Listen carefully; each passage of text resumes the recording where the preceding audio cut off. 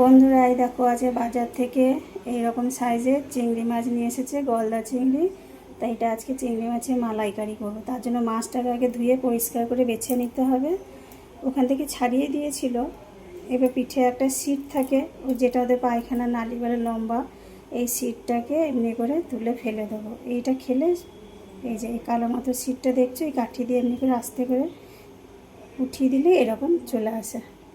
এইটাকে ফেলে দেবো। এইরকম করে প্রত্যেকটা মাছ বেছে ধুয়ে রেডি করে নিই, দিয়ে তারপর রান্না করব। আবার দেখা করছি তোমাদের সাথে মাছটা রান্না করার সময়।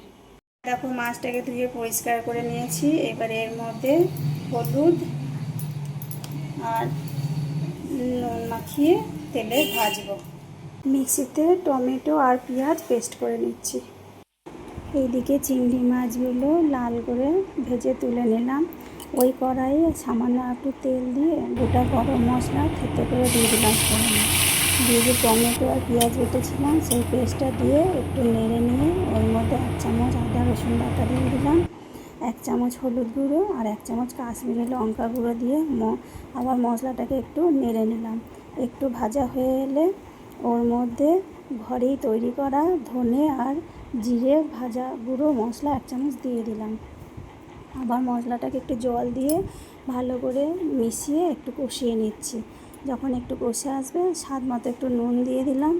নুন দিয়ে আবারও মিশিয়ে নিয়ে ওর মধ্যে একটু কাজু আর মগজ বেটেছিলাম সেটা দিয়ে দিলাম। এখানে নারকেলের দুধ দেওয়া যায়, আমার কাছে ছিল না, আমি কাজু আর মগজ বাটা দিয়েই করলাম চিংড়ি মাছের মালাইকারিটা। সামান্য জল দিয়ে মশলাটাকে বেশ ভালো করে কষিয়ে নিতে হবে। ভালোভাবে কষানো হয়ে যাওয়ার পর পরিমাণ মতো জল দিয়ে দিতে হবে। জলটা যখন ফুটে আসবে ভেজে রাখা চিংড়িগুলো ওর মধ্যে সব দিয়ে দেবো। এবার যখন হয়ে আসবে নামানোর আগে 1 চামচ ঘি দিয়ে একটু মিশিয়ে নামিয়ে নিলেই হয়ে গেল চিংড়ি মাছের মালাইকারি।